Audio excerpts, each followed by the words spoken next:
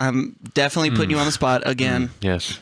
Please, go on. I'm very, very jealous of your sound design and your bass process. And I'm curious, you said you weren't using Serum. Oh no, so like honestly, most of my basses are Serum. And that's like funny that you talk about like my bass process is just like relatively pretty simple. Like, and I usually like start with like a square wave, kind of just square wave filter low pass just to get like a melody.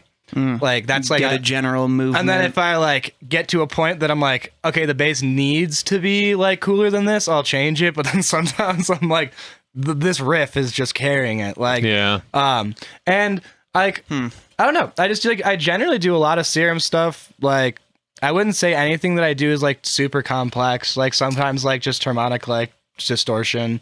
But for me, it's like a lot about just the arrangement and making sure that everything sits around each other, kind of like That makes a lot of sense listening to your songs because like the motifs are fucking so strong. Yeah, thank you. Yeah, dude, it's like it almost doesn't matter what the sound necessarily is because like you're like here's the identity of the song and you can kind of just be like, oh, square wave does just sound good. Yeah, well, and like square wave sound good. Yeah, square good. Like it's like for me, I just want it to be like.